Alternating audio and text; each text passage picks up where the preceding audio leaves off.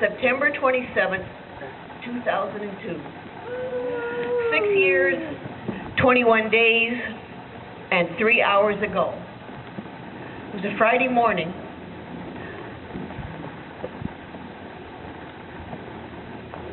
A frightened, confused, and desperate young man entered this park in a white minivan.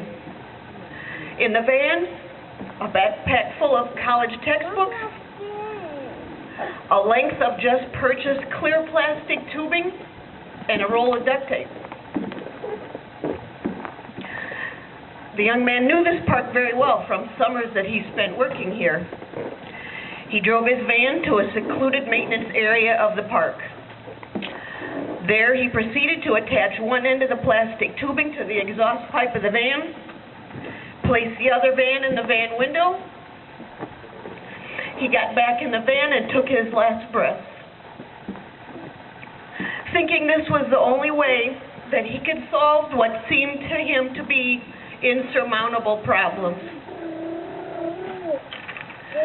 That young man was my 22-year-old son, Matthew Reeder. As his father and I would learn later, 2 nights before, Matthew had been arrested for a DUI and was afraid to tell us. He left us a note that read, "I am sorry, this is not your fault. I have made so many mistakes I can't catch up anymore. I love you, Matthew.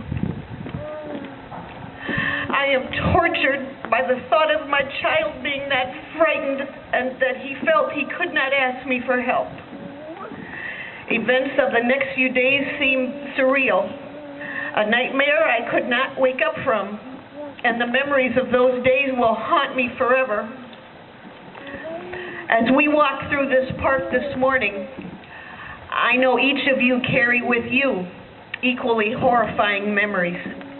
Images forever burned into our heads and into our souls no one should ever have to know. And along with these images, there is a question we ask ourselves every day. Why? The American Foundation for Suicide Prevention wants the answer to that question also. Since we arrived here this morning, 3 hours ago, across this country, 11 more stories like ours have played out to similar tragic endings. The American Foundation for Suicide Prevention wants to put those who are suffering, put an end to those stories before they happen. This summer and fall, 35,000 fellow survivors, also taking part in out-of-the-community walks across America, have joined us. All total, community walks are projected to raise $3.5 million in 2008. Since beginning in 2004, AFSP community walks have raised a total of $9 million. The American Foundation for Suicide Prevention is America's leader in funding projects like the Suicide Prevention Research Programs, Suicide Survivor Support Programs, and programs helping to put an end to the stigma of depression and suicide.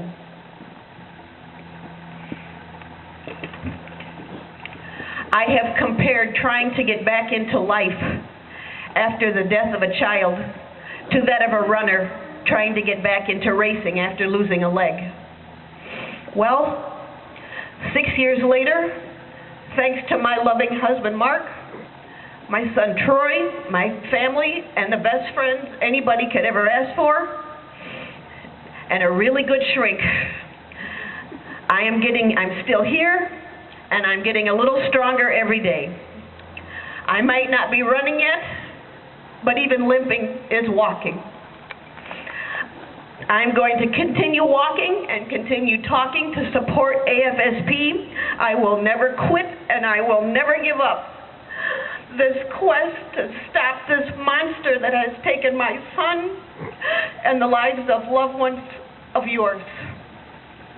I hope you will continue to join me in this fight. As Vince Lombardi said, it's not whether you get knocked down, it's whether you get up. I'm planning on keeping on getting up. hope you get up with me. Thank you.